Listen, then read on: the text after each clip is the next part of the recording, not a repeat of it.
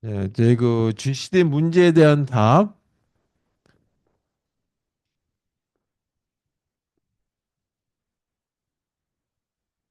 이 답을 한번 찾아보자.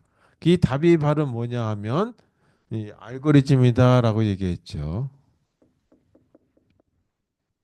자, 이 알고리즘은 한 가지가 아니라 여러 가지로 나올 수 있다라고 보시면 되겠어요. 뭐 만든 사람에 따라서 이 나는 이 루프를 이용해서 for를 이용해서 만들 수도 있고 때로는 이 유클리드라고 하는 어떤 방식에 의해서 그 공식에 의해서 이 재기호출 방식으로도 만들 수 있다 하죠. 그래서 일단 뭐 그 방식에 대한 건 조금 이따가 얘기하도록 하고 첫 번째 가장 단순하게 만드는 알고리즘을 보통 그걸 우리가 나이브하다라고 얘기하죠. 그래서 나이브 알고리즘이라는 이름을 한번 불러보겠습니다.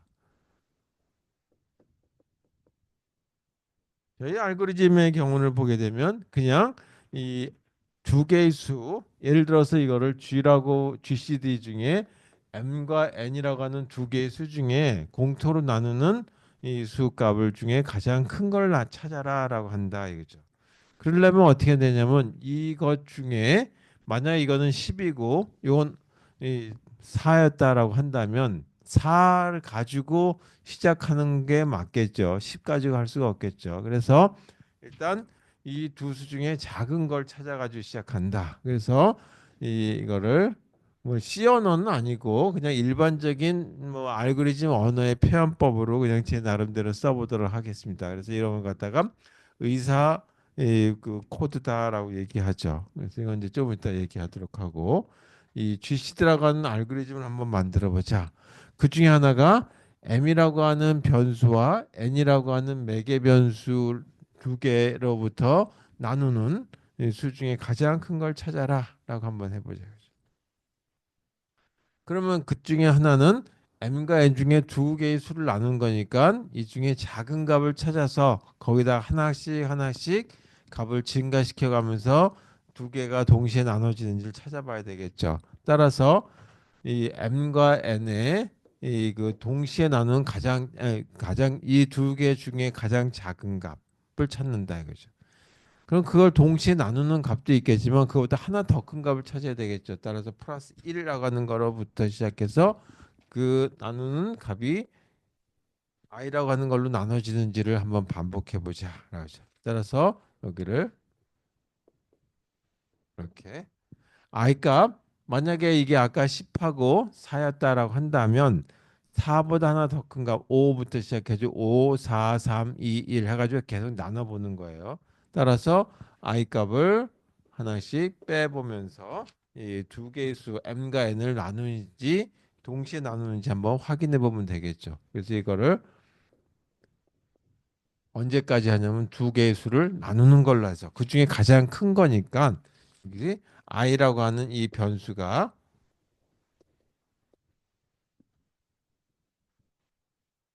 디바이즈라고 할까요? 보스 m과 n을 동시에 나누는지에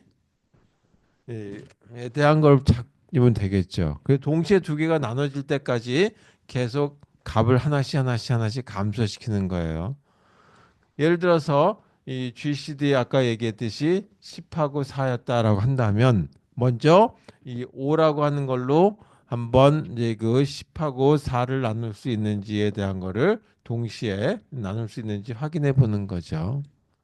자, 이게 불가능하다라고 한다면 그 다음엔 하나 4부터 4를 가지고 이 동시에 나눌 수 있는지 한번 보고 또 이게 안 된다 그러면 3을 가지고 10하고 4를 나눠보고 이것도 안 된다 그러면 다시 하나 값을 나눠서 이 10하고 4를 나누니까 5 이렇게 되네요. 따라서 2가 이 가장 큰그 GCD라고 하는 값이 찾아지는 것이다라고 하는 걸로 찾을 수 있겠죠. 그래서 이런 식으로 하나씩 하나씩 감소시키는 걸로 찾자 이거죠.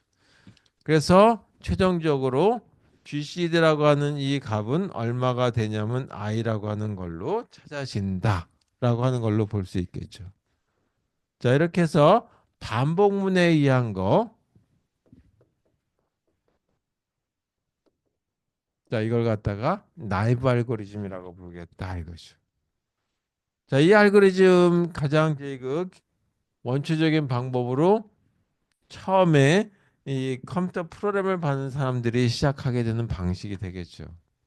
자, 두 번째 방법이라고 한다면 유클리드라고 하는 사람의 이제 그 아이디어를 이용해서 알고리즘 한번 작성해 보자. 그래서 이거는 유클리드. 그래서 유클리드의 알고리즘이다 하자.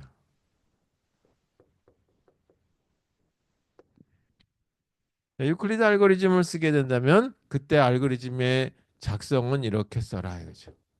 펑션. 그리고 저거하고 좀 구분을 하기 위해서 함수 이름을 EGCD라고 불러볼게요. 그 여기도 두 개의 수로부터 이 가장 큰 나눗셈을 하든 재수, 이 디바이저를 찾는 거다 이거죠. 그래서 m이라고 n은 두 개라고 하는 두 수 중에 둘을 동시에 나누는 수 중에 가장 큰 걸 찾아라. 그걸 GCD라고 부른다. 한 가지 방법은 이거는 제기 호출 방식이다 하죠. 그래서 제기 호출이니까 EGCD라고 하는 이름의 함수니까 EGCD라고 하는 걸 다시 호출하는 거죠. 그래서 여기에 이 아이디어가 어떻게 되는지는 나중에 얘기하도록 하고 n이 0이라고 하는 값이라고 한다면 더 이상 찾을 필요가 없으니까 GCD라고 하는 이 값은 m이라고 하는 걸로 그냥 쓰면 되죠. m이나 n이든 어떤 값이 상관없겠다. 그렇지 않다면 GCD를 찾는데 여기는 다시 EGCD라고 하는 이 함수를 호출한다. 근데 여기서는 똑같은 맥의 변수 m과 n을 가지고 쓰는 것이 아니라 여기 하나는 m 대신에 n으로 쓰고 첫 번째 맥의 변수는 뒤쪽은 m인데 이거를 n으로 나눈 나머지 따라서 이걸 갖다가 모두 함수 이렇게 이용할 수 있겠죠. 저렇게 된 걸로 작성할 수 있겠다. 그래서 이 알고리즘이라고 하는 어떤 문제에 해당되는 솔루션을 작성할 적에는 이런 방법도 있고 이런 방법도 있다. 그럼 이게 좋으냐 이게 좋으냐 어떤 것이 더 좋으냐 그래서 더 좋은 거 판단할 수 있는 건 없지만 근거는 만약에 이렇게 이제 그 재기 호출이 지원이 되는 언어다라고 한다면 이렇게 쓰는 것이 더 좋을 수도 있어요. 때로는 또 이렇게 쓰게 되면 이 반복해가지고 안 해도 될 일을 두 번, 세 번 반복하는 수가 있어요. 조금 있다가 하겠지만 피보나치 수열이라고 하는 걸 쓰게 되면 이렇게 재기호출 방식을 쓰게 되면 불합리한 점이 나타날 수도 있거든요. 그래서 어느 게 더 좋은지에 대한 그런 어떤 우리 알고리즘은 우리가 판단의 근거를 이제 앞으로 찾아야 되겠다라고 하는 거죠. 그래서 이런 걸 하기 위해서는 먼저 이렇게 알고리즘 두 가지를 작성했는데 그 알고리즘이 일단 이것도 그렇고 이것도 그렇고 정확성 하냐라고 하는 정확도를 판단하는 어떤 증명을 해줘야 된다. 그래서 내가 만든 알고리즘은 정확하게 이런 결과가 산출됩니다. 데이터 몇 개 넣어가지고 하는 경우 말고 일반화된 경우 가지고 증명을 해줘야 되는 것이 보편적인 방식이겠죠.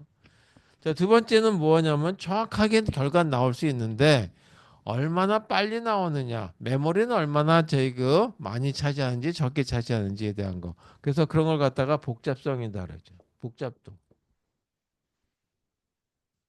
그래서 복잡도에 해당되는 것도 한번 나타내야 되겠다. 그래서 이런 거는 뭐하고 관련되냐면 성능이라고 하는 거하고 관련되겠다라고 하는 거죠.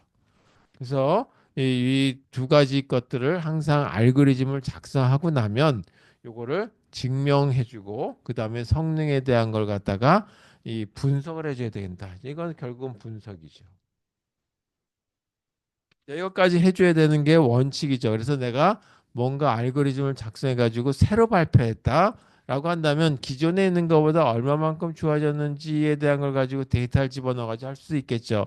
그런 걸 갖다 벤치마킹이라고 얘기하는데 그런 벤치마킹 테스트 가지고 할 수도 있겠지만 일반적으로 모든 경우가 다 맞아떨어진다고 한다면 이런 증명 방식으로 쓰는 것이 원칙이 되겠다라고 보시면 되겠어요. 그리고 벤치마킹 그런 어떤 데이터를 줘서 하는 경우는 경험에 의한 어떤 자료들을 가지고 할 적에는 벤치마킹 테스트라고 하는 걸 하게 될 거다라고 하는 거를 좀 뒤쪽에 가서 경험하게 되실 거라고 생각합니다. 자, 그러면 이런 알고리즘들이 있는데 솔루션이라고 하는 문제가 있고 이 문제에 대한 이 해를 우리가 알고리즘이라고 얘기하죠. 근데 이런 알고리즘들이 항상 찾아지는 거는 아니에요.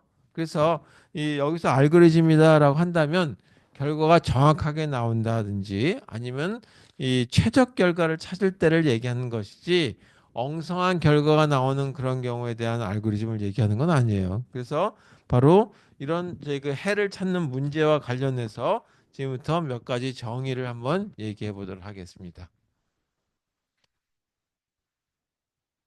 자, 이거는 이 뒤쪽에 제일 뒤쪽에 가가지고 이 알고리즘 쪽 끝쪽에 가게 되면 뭐 나오는 얘기일 수도 있는데 먼저 이거에 대한 정의를 보도록 하겠습니다.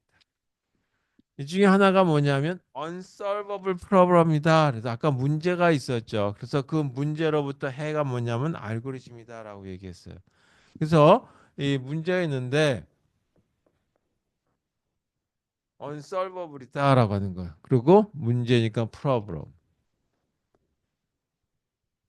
자, 이거를 번역해서 본다면 풀 수 없는 문제라고 할 수 있겠죠.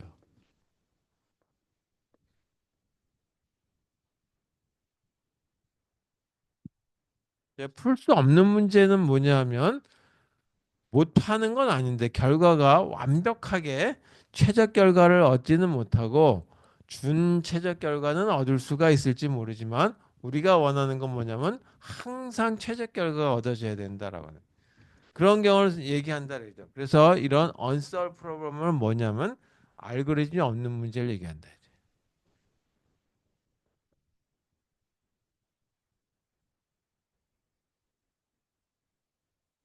근데 문제인데 아직까지 아니면 알고리즘이 없어요. 그런 문제를 갖다가 unsolvable problem이다라고 얘기해요.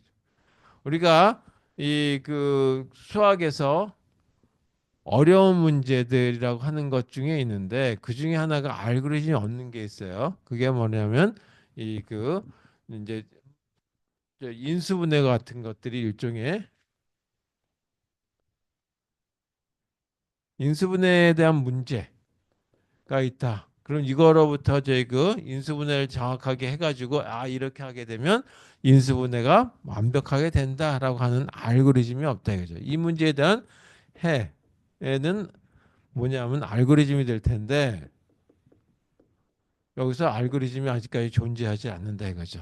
완벽한 알고리즘이 존재하지 않아요. 그래서 고등학교 과정에 그 책에 나오게 되면 조립제법이니 뭐 그런 이 경험에 의한 방식은 있어요. 숫자값을 이렇게 넣고 그 다음에 개수하고 뭐 제일 끝에 제 상수분하고 나눗셈을 어떻게 해가지고 그걸 소인수분해를 해서 찾는다. 그건 경험에 의한 것이지 그것이 이 완벽한 알고리즘을 제공해 주는 것은 아니다 이거죠.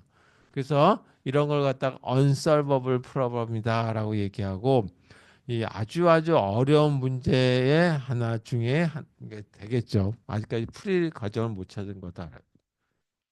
자, 그렇다면 여기에 반대되는 말로서 풀 수 있는 문제가 있겠죠. 그래서 이걸 solvable problem이다. 이거는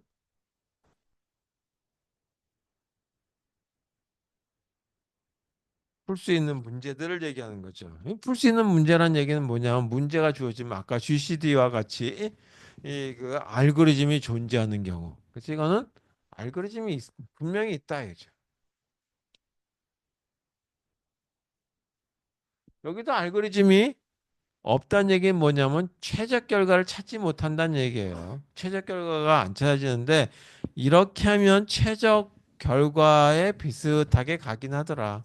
그런데 항상 그렇지 않은 경우죠. 근데 여기는 알고리즘이 항상 있는 경우죠.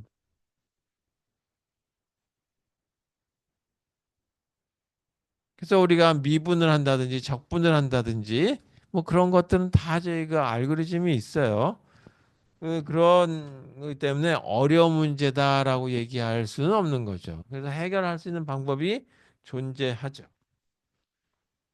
자, 그 다음에 또 하나가 뭐냐 하면 영어로 unsolved problem이다. 이거는 제 그 과거형이 되죠. 저는 제 PP 이거는 풀리지 않는 문제예요.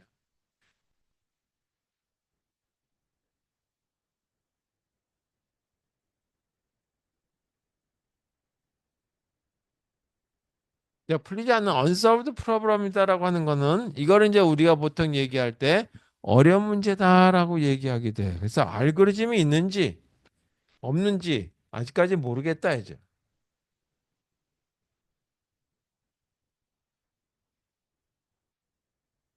있는지. 여기서 알고리즘이 있다는 얘기는 최적 결과를 찾는 알고리즘을 얘기하는 거죠. 있는지 알려지지 않았다 이제.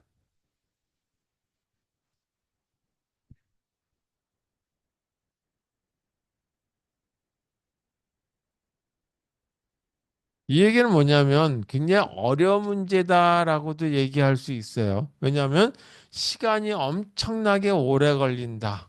그래서 만약에 뭐 이제 이따가 저희 그 한참 뒤에 가서 얘기하겠지만 도시가 여러 개 있다라고 한번 하고 그 판매원이 각 도시를 쭉 돌면서 자기 시작되는 자기 집이 있는 곳으로 돌아온다라고 하는 그런 어떤 문제가 있다고 하죠.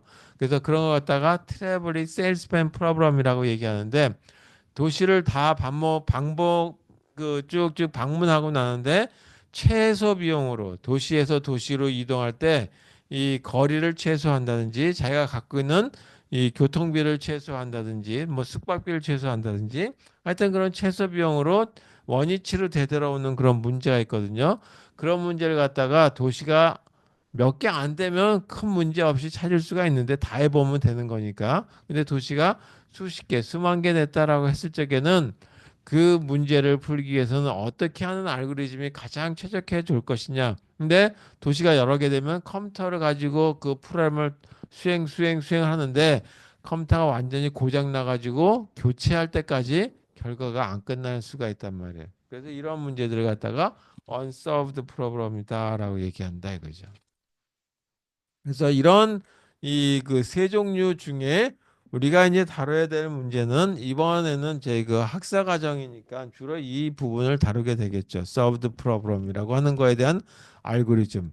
그 중에 얼마나 제 그 성능 평가 측면에서 이 유용한 것인지 쓸만한 것인지에 대한 얘기를 하게 될 거고 그다음에 요 문제에 대한 것들도 어떻게 하면 제 그 이런 문제들이 있는데 그 문제들을 좀 풀을 수 있는 방법들을 찾아보자라고 하는 그래서 준 최적화 방식을 가지고 찾는 것도 해결해 볼 수 있죠. 그래서 이거는 아까도 얘기했듯이 인수분해 그럼 인수분해 못하냐 알고리즘이 없으면 그래도 경험 법칙으로 한다 이거죠. 그래서 이건 경험에 의한 법칙으로 하게 되는데 이 부분에 해당되는 거는 이따가 또 저희가 학기 한 중반 중후반에 가면 이런 것들도 다루게 될 거다 이죠. 그래서 결국은 이 세 가지 종류에 대해서 다루게 되는데 그 중에 가장 핵심은 이 부분을 많이 다루게 되겠죠. 그래서 여기에 이 solved problem이라고 하는 거에 대한 알고리즘들이 많이 개발되어 있으니까 그 알고리즘에 대한 이야기들을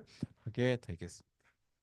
자, 그렇다면 먼저 이 자료 구조라고 하는 거에서 다 배우신 분들도 있겠지만 처음 접하시는 분도 있어서 이 정리하는 측면에서 알고리즘이라고 하는 것이 무엇인지 아까 얘기했듯이 문제에 대한 해를 갖다 알고리즘이라고 하는데 알고리즘은 그렇다면 어떠해야지만 될 것인지에 대한 좀 더 정확한 정의를 한번 내려보자 하죠.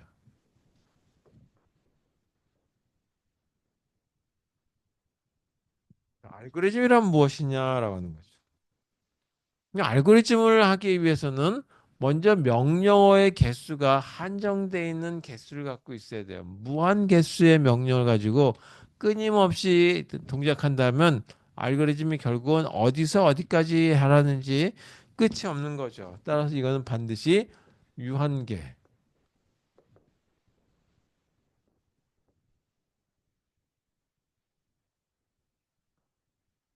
유한계 명령어로 구성돼야 된다라는 거죠. 거기다가 각 명령어들이 할 때 보면 어떤 경우는 이렇게 계산했더니 3이 나오고 또 한 번 했더니 4가 나오고 그래서 계산할 때마다 또는 그 실행할 때마다 이 예측 불가능하다.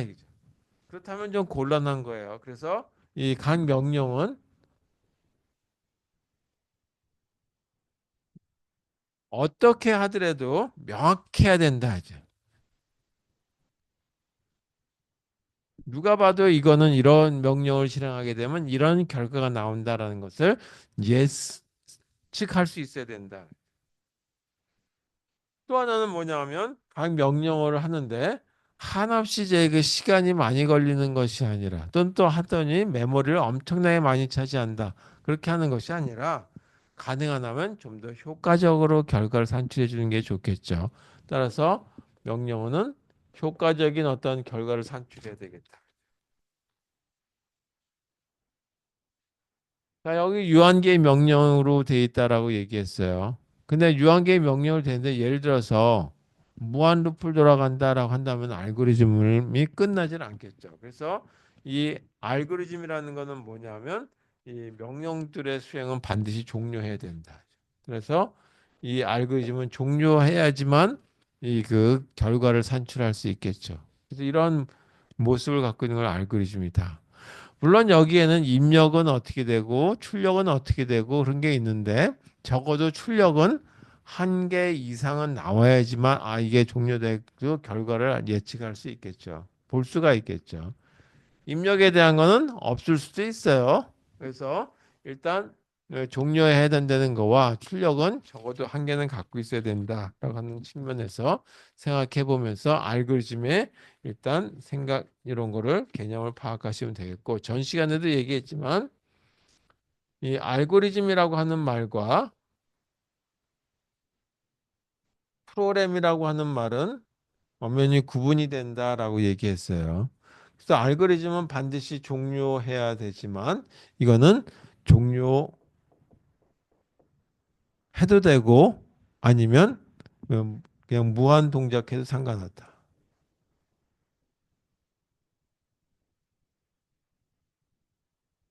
따라서 저희 그 오퍼레이팅 시스템과 같은 운영 체제 같은 경우는 끝나면 안 되기 때문에 프로그램이다라고 얘기하죠. 물론 그 안에는 여러 개의 알고리즘들로 구성되어 있지만 전체적인 흐름은 프로그램이라고 하는 걸로 종료가 되지 않게 항상 요청이 들어오면 그거에 대한 응답해주고 또 요청이 들어오면 응답해주고 근데 그 요청에 대한 응답은 반드시 이 진행을 해줘야 되기 때문에 그 요청에 대한 건 응답은 알고리즘으로 이 작성이 돼야 되지 않겠느냐라고 보시면 되겠습니다.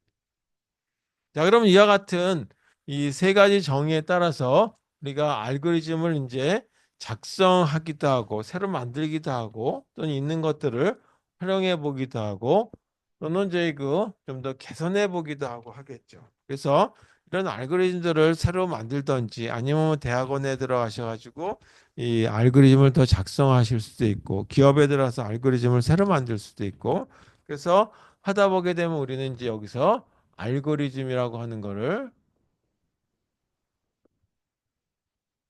설계하게 되겠죠. 그래서 그걸 갖다가 알고리즘 디자인이다라고 영어로 얘기하겠죠. 근데 알고리즘 디자인은 말 그대로 이 문제에 대한 답을 찾는 거죠.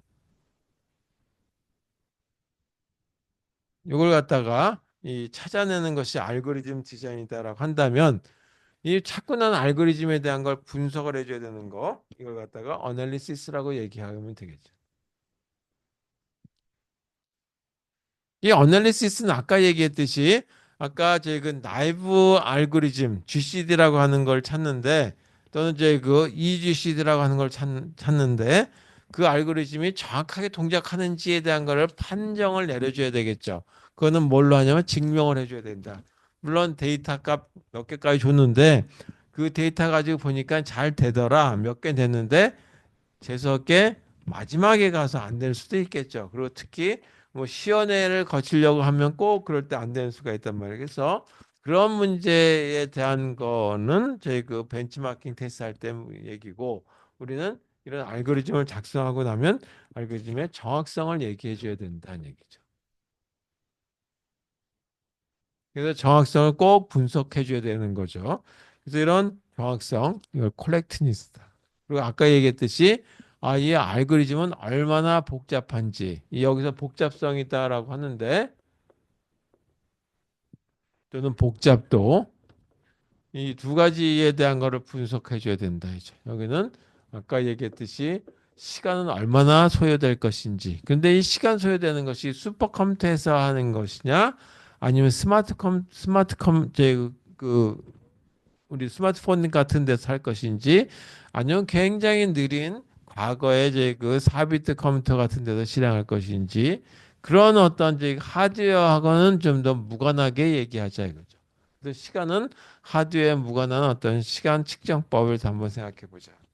그다음에 이거는 공간에 대한 메모리는 얼마나 될 것인지에 대한 것도 한번 분석해 봐야 되겠죠. 물론 대체적으로 메모리에 해당되는 것들이 변수 크기 정도 들어가기 때문에 큰 문제가 없긴 하지만 이 때때로는 이 그 공간 때문에 이 메모리가 이제 그 꽉 차서 실행이 안 될 수도 있기 때문에 이와 같은 거를 한번 생각해 봐야 되지 않겠느냐라고 하는 측면에서 분석을 해봐야 된다.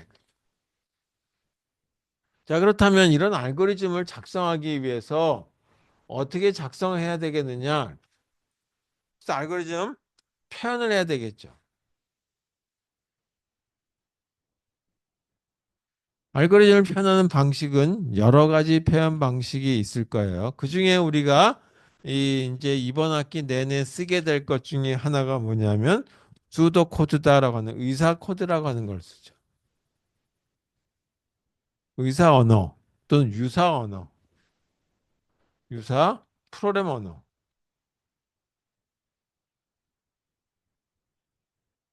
그래서 이와 같이 유사 프로그램 언어니까 이 프로그램 언어는 파이썬하고 비슷하기도 하고 C 언어 비슷하기도 하고 또는 델파이 비슷하기도 하고 자바 비슷하기도 하고 그래서 그와 같은 경우도 때때로 나오는데 때로는 그와 같은 표현이 굉장히 이제 이 자세하게 표현하기에는 좀 길이가 길어진다.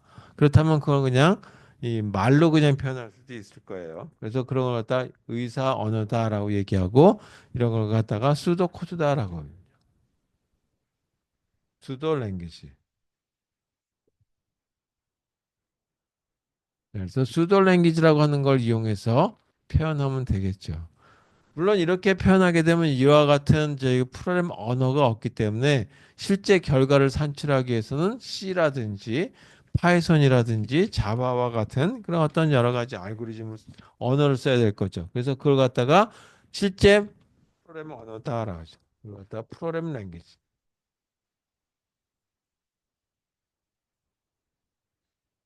이걸로도 마찬가지 언어를 표현해서 알고리즘을 나타낼 수도 있어요. 예를 든다면 C와 같은 언어를 이용할 수도 있겠죠. 자, 이렇게 이제 표현하게 되면 좋긴 한데 바로 실행이 되니까 그런데 이와 같이 의사 언어로 작성했을 때보다 좀 더 길어지고 또 이 언어에서는 이러이러한 기능들은 제공하지 않는다. 그렇다면 그거는 따로 또 이 서브루틴이다 어떤 형태를 만들어줘야 되겠죠. 그래서 이와 같은 이 불편한 점이 있지만 바로 실행될 수 있다라는 거죠. 그래서 알고리즘 책들이나 자료구조 책들을 보게 되면 C 언어로 작성되어 있는지, 바이썬으로 되어 있는지, 자바로 되어 있는지 그런 어떤 걸로 작성됐다라고 표현하긴 하죠. 그렇다 해서 바로 실행한다 해서 그 결과가 완벽하게 나오는 경우들도 있지만 아닌 경우들도 있단 말이에요. 왜냐 앞뒤 다 빼버리고 핵심 부분만 넣었기 때문에. 그래서 그런 경우는 의사 코드하고 이거하고 막 짬뽕을 해서 쓰는 경우들도 있어요. 하여튼 그렇게 이 프로그램 언어 요렇게 쓰게 되면 일단 바로 실행이 되는 장점은 있지만 너무 좀 길어진다라고. 그래서 이해하기 좀 난해해질 수도 있기 때문에 이걸 우리가 주로 쓰게 될 것이다라고 보시면 되겠죠. 세 번째 또 쓸 수 있는 방법 중에 하나가 그냥 일반적인 말로 쓰는 거예요. 그래서 그걸 갖다가 자연 언어라고 얘기하죠. 그래서 자연 언어를 이용해서 알고리즘을 표현할 수 있다. 그래서 자연 언어 대표적으로 이 영어를 많이 쓰게 되겠죠. 한국어도 가능하지만 한국어를 쓰게 되면 변수 이름은 또 영어로 썼다가 영어의 이제 알파벳 썼다가 뭐 또 저희 그 한글 썼다 복잡해질 수도 있단 말이에요. 그래서 간혹 가다가 저희 그 논문을 쓴다든지 보고서를 낸다라고 한다면 자연 언어로서 비전문가들도 이해할 수 있게 써줄 수는 있겠죠. 그렇지만 대체적으로 저희 그 이 수도 의사 코드라고 하는 또는 의사 언어로 많이 작성할 거다. 자, 마지막 요즘엔 잘 쓰진 않지만 우리가 학교 다닐 적에는 항상 이런 자 같은 걸 갖고 다녔죠. 그 중에 하나가 플로 차트를 그리는 자가 있었죠. 뭐 이렇게 생긴 이걸 템플릿이라고 해서 여기 이렇게 마른 목골도 있었고 네모난 것도 있고 그다음에 이렇게 생긴 이제 프린트 모양에 대한 것도 있고 타원형도 있고 뭐 이런 걸 템플릿이라고 하는 자인데 이걸로 이제 그림을 그려가지고 뭐 과제를 낸다라고 한다면 아 이러이러한 걸로 그림을 그려야지 되죠. 그래서 알고리즘에 해당되는 동작 과정을 이걸로 그려서 일목요연하게 냈죠. 그래 그 전에 이 제가 고등학교 시절에 이 정석이라고 하는 책, 수학책 보게 되면 이 코드 부분에 이 플로우 차트라고 하는 걸로 그려져 이런 걸로 그려져 있는 게 있었어요. 그래서 그게 이게 정말 컴퓨터 프로그래밍인가 보다라고 생각했었는데 그건 아니고 흐름에 대한 것만 이 논리적인 건 나타내죠. 그래서 마지막 표현 방법은 플로우 차트라고 하는 걸로 나타낼 수 있다.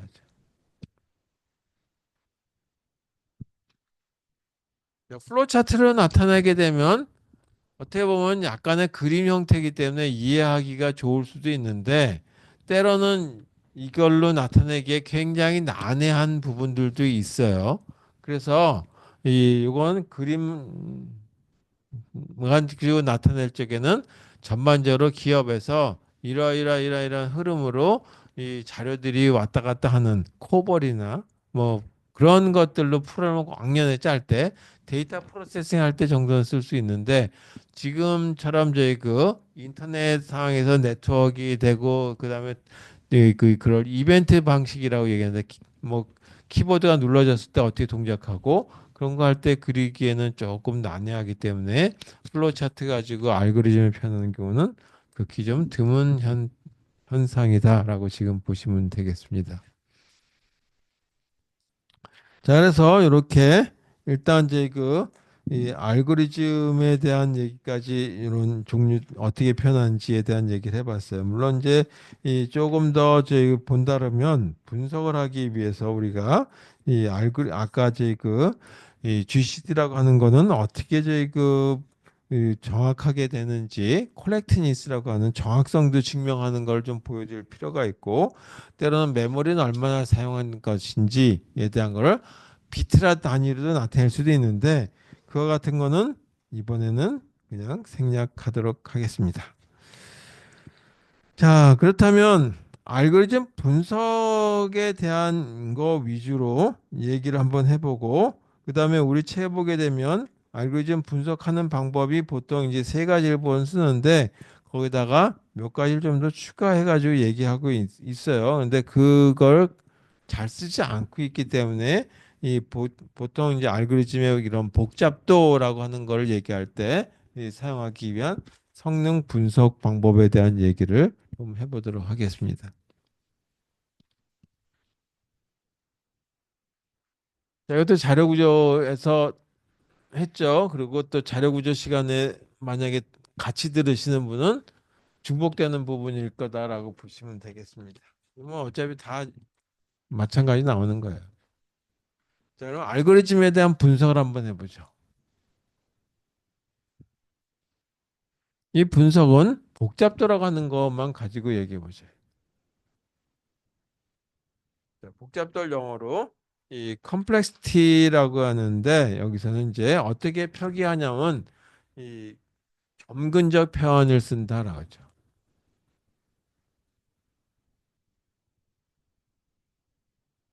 자, 점근적이라고 하는 얘기는 뭐냐면 점점 가까이 간다, 근접해 간다라고 하는 뜻으로 보시면 되겠어요.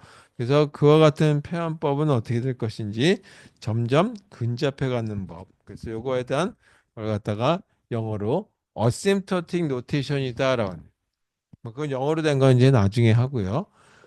세 가지 표현법을 주로 사용하게 되는데 대문자 O, 그다음에 오메가, 그다음에 이렇게 세타 이렇게 되는 걸로 사용하죠. 그래서 이 표기를 사용한다. 자, 이 표기 사용하는 이유 중에 하나가 뭐냐 하면 일단 하드웨어 성능과는 무관하게 한다.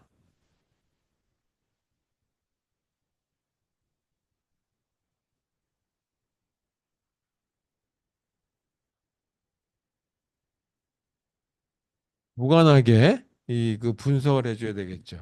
그래서 똑같은 알고리즘 또는 똑같은 프로그램인데 슈퍼컴퓨터에서 할 적에는 0.00001초 만에 끝나는데 굉장히 느린 컴퓨터에서는 하루가 돌아간다라고 할 수도 있겠죠. 그래서 그런 걸 분석하겠다는 것이 아니라 그거는 하드웨어 지금 CPU에 대한 어떤 분석이 될 거고 컴퓨터 하드웨어 분석이 되는 거지만 여기서는 뭐냐 순수하게 우리가 사용하고 있는 알고리즘은 어떤 컴퓨터에서 하든지 간에 상대적으로 시간이 이 정도 걸린다라고 하는 측면에서 얘기하는 거예요. 그래서 이거를 이 세 가지 표현법 가지고 얘기한다 했죠. 물론 우리 책에서는 스몰 o라고 하는 것도 쓰고 그다음에 여기 이거 오메가인데 대문자 오메가인데 소문자 오메가에 해당된 것도 뭐 얘기하고 있는데 일단 그건 다 빼고 이 세 가지에 대한 것만 얘기하도록 하겠습니다. 이거를 빅 O라고 읽죠. 그래서 이 오자를 갖다가 이 대문자로 사용하는 거다.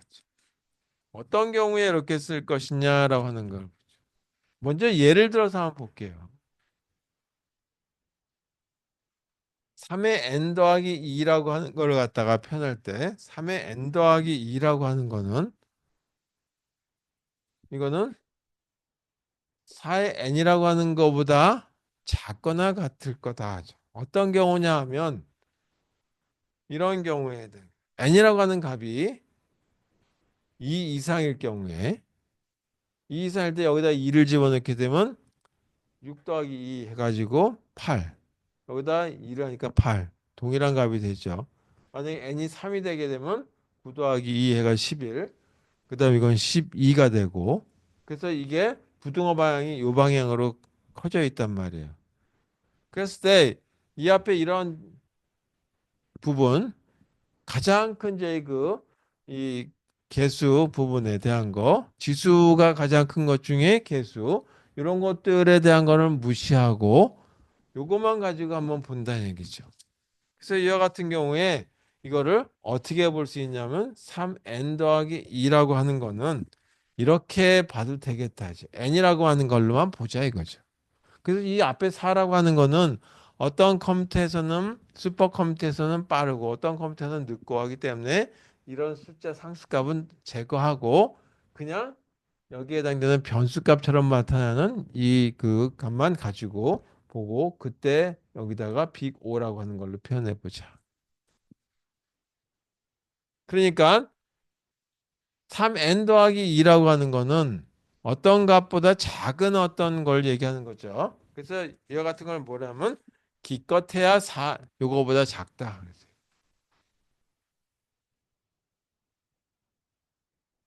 이런 의미를 갖고 한번 생각해 보자 이거죠. 자, 그렇다면 이런 의미에서 요거에 대한 정의는 어떻게 내리면 되겠느냐? 빅 O라고 하는 거에 대한 정의는 이런 측면으로 내리면 되겠다. 만약에 이렇게 표현했다라고 하는다. 이게 뭐였냐면 FN이라고 하는 걸 이렇게 표현했다라고 한다면 이 의미는 뭐냐 하면 이와 같이 요 값을 시작값이라고 얘기하고 이걸 우리는 n의 제로라고 하는 값으로 보자 이거죠. 최소 시작값에 해당되는 거. 그래서 여기 모든 n인데 모든 n이라고 하는 값이 있는데 n인데 이 값이 어떤 값보다는 이제 일단 최소값이 2가 되죠. 여기서는 그거 같은 걸 갖다가 n 제로라고 하는 걸로 보자. 그래서 n0보다 더 큰 모든 n에 대해서 자, 이런 조건 하에서 이렇게 제 그 부등식이 만족되는지에 대한 거 보자야죠. fn이라고 하는 거하고 그다음에 g의 n이라고 하는 거에 대한 관계를 한번 보자야죠. 그럼 여기에 있는 건 이건 뭐냐면 상수죠. 상수는 우리가 보통 영어로 c라고 하는 컨스탄트라고 하는 걸 많이 쓰죠. 그래서 여기다가 이렇게 써도 되겠다 하죠.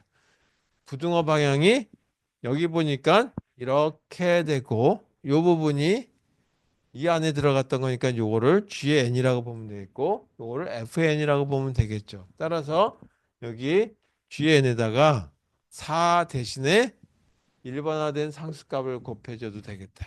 그래서 이런 상수값을 곱한 것보다 작거나 같은 이런 조건이 된다.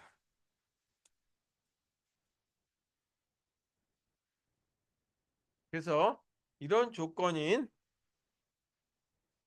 되는 양의 상수 이렇게 되는 C와 N0가 존재한다라는 뜻에서 이렇게 표현하면 되겠다. 이걸 굳이 영어로 쓴다 그러면 이렇게 해도 써요.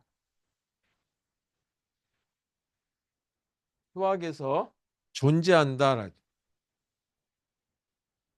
이거를 기호로서 어떻게 쓰냐면 이렇게 쓰죠. 이자를 거꾸로. 그 다음에 for라고 하는 거를 거꾸로 이렇게 쓰고 all이라고 하는 거를 거꾸로 이렇게 쓴다. 이거죠. 그래서 이걸 이렇게 지금 제 우리말로 풀었었는데 여기는 C라고 하는 상수와 그다음에 N0라고 하는 상수. 근데 그거가 뭐냐면 이게 0보다 큰 값이죠. 그래서 이런 0보다 큰 값이고 그래서 저희가 이걸 만족한다라 해서 그때 쓰는 방법을 search that이다라고. 이것도 줄여서 ST라고 하는데 써요. 이렇게. 그래서 이런 조건이 존재하고 그리고 요와 같은 거를 만족한다 하죠. 그래서 이런 조건을 만족하는 앞에 C가 하고 부등호가 이렇게 이런 조건을 만족하는 이게 존재한다라는 거죠. 그래서 존재는 뭐냐면 for all n0 그리고 nj 그리고 n은 n0 이상. 자, 수학적인 기호만 가지고 쓴다면 이렇게 표현되는데 무슨 말인지 잘 귀에 안 들어온다라고 한다면 우리말로 이렇게 쓰는데 이것도 조금 애매모호한 어떤 말이 되겠죠. 그러면 그냥 이런 의미로 받아들이시면 되겠다. 처음 접하시는 분에 한해서 여러 번 접하시게 되면 그냥 아 이렇구나라고 금방 이해하시게 될 거라고 봅니다. 자, 하나 더 해서 만약에 10n제곱이라고 하는 거와 4n 더하기 2라고 하는 거 이거를 이걸 이게 이제 뭐가 되냐면 fn이라고 하는 뜻이죠. 그러면 g의 n이라고 하는 이거를 찾아보게 되면 부등호 방향이 이렇게 돼야 되는데 g의 n이라고 하는 거는 여기에 어떻게 식을 작성하면 되겠느냐 보니까 여기도 n 제곱인데 개수가 여기가 10인데 여기는 11로 쓰니까 항상 부등호 방향이 이쪽이 좀 더 큰 걸로 나오더라. 그렇다면 요거를 제거하고 이렇게 쓸 수 있겠다. 10 n 제곱 플러스 4n 더하기 2는 물론 이렇게 써도 되고 또는 이제 그냥 이걸로 써도 되고 빅 5에 n 제곱이라고만 써도 큰 문제 없겠다 이거죠. 그럼 이 앞에 개수 상수값 뭐 11이 됐던 12가 됐던 15가 됐던 16이 됐던 10일 이상이만 되면 되는 거죠. 그래서 이와 같은 값은 어떤 경우는 11이 들어가는 경우도 있고 어떤 경우는 16이 들어가는 경우도 있고 하여튼 이렇게 상수값이 존재한다라면 이런 조건이 된다라고 하는 의미에서 보시면 되겠다. 따라서 기껏해야 이 정도 범위 내에서 동작한다. worst case에 해당되는 거다. 성능 평가하는데 최악의 경우는 이렇다. 그래서 보통 우리가 알고리즘을 만들었을 때는 가장 안 좋았을 때를 얘기해야 되겠죠. 물론 이 그 사람의 자기의 그 어떤 이 능력을 발휘할 때 되면 뭐 돈을 더 받아야 된다든지 협상을 해야 된다 할 때 가장 좋을 때를 얘기하겠지만 알고리즘 학습할 때는 워스트 케이스를 많이 얘기하기 때문에 최악의 경우를 가지고 할 적에는 이와 같이 빅 O 노테이션이라고 하는 것. 다시 말해서 기껏해야라고 하는 때 이거는 워스트 케이스다. 가장 좋아야 요거밖에 안 된다 이거죠. 두 번째 방법 오메가에 대해서 한번 보죠. 오메가는 이거에 반대되는 거. 가장 좋았을 때 베스트 케이스에 해당되는 거다라고 보시면 돼요. 네, 지울게 이거는.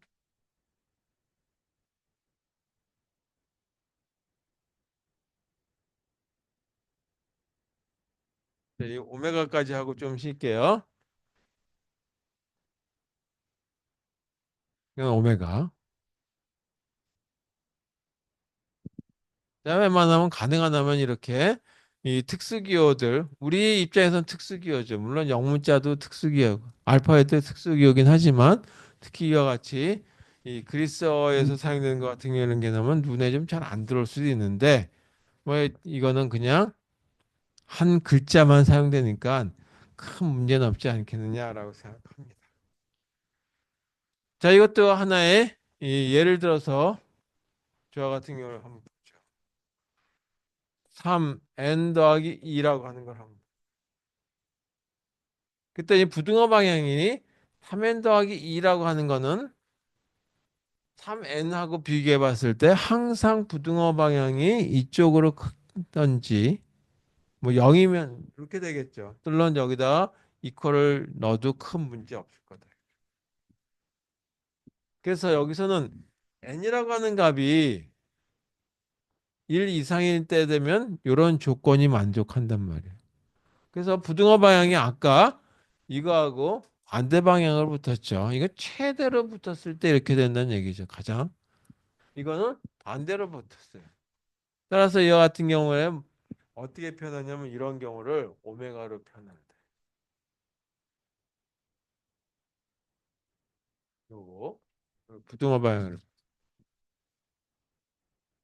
그래서 이런 경우는 뭐냐면 가장 좋았을 때 이게 다시 말해서 아까는 기껏해야라고 한다면 적어도라고 하는 걸로 생각하면 돼요. 적어도 이 정도는 된다. 그러니까 이 적어도 된다는 얘기는 베스트 케이스를 얘기할 수도 있겠다.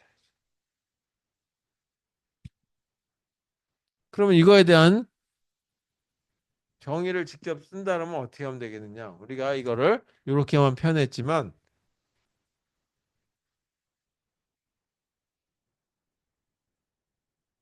실제 표기를 한다면 정의를 내린다면 이렇게 한번 해보자. FN이라고 하는 결과 아까 이 부분을 FN이라고 얘기하는 거죠. 그 다음에 이쪽을 G의 N이라고 얘기한다. 여기다가 오메가를 붙일 수 있다라고 한다니. 이거를 이렇게 붙였다라고 한다는 얘기는 뭐냐? 어떤 경우를 얘기하냐면 이와 같이 이거를 상수 C라고 하는 걸로 보면 되겠고 상수값 그리고 어떤 값 이상이 됐을 때 이거를 n 제로라고 하는 값으로 보자 이거죠. 그래서 시작 때는 값하고 앞에 개수로 붙는 값하고 이 두 가지가 존재한다라고. 그래서 이렇게 한번 써보면 되겠죠. 모든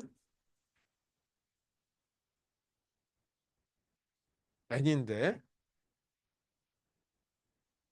이 n0에 대해서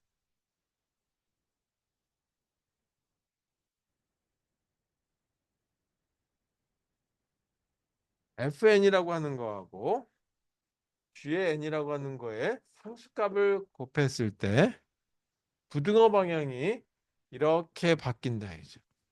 이쪽이 더 크다는 얘기예요.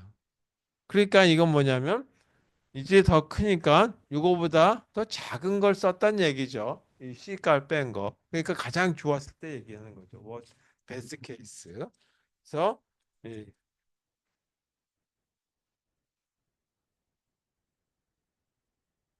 양의상수 C라고 하는 요거와 그 다음에 요 N제로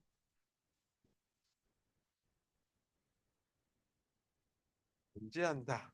라고 하는 의미에서 표현하시면 되겠다. 그래서 가장 좋았을 때 나타나는 하나의 방식이 되겠다. 자, 그러면 조금 쉬었다가 이 세타에 해당된 얘기까지 하고 그리고 다음 단계로 넘어가도록 하겠습니다.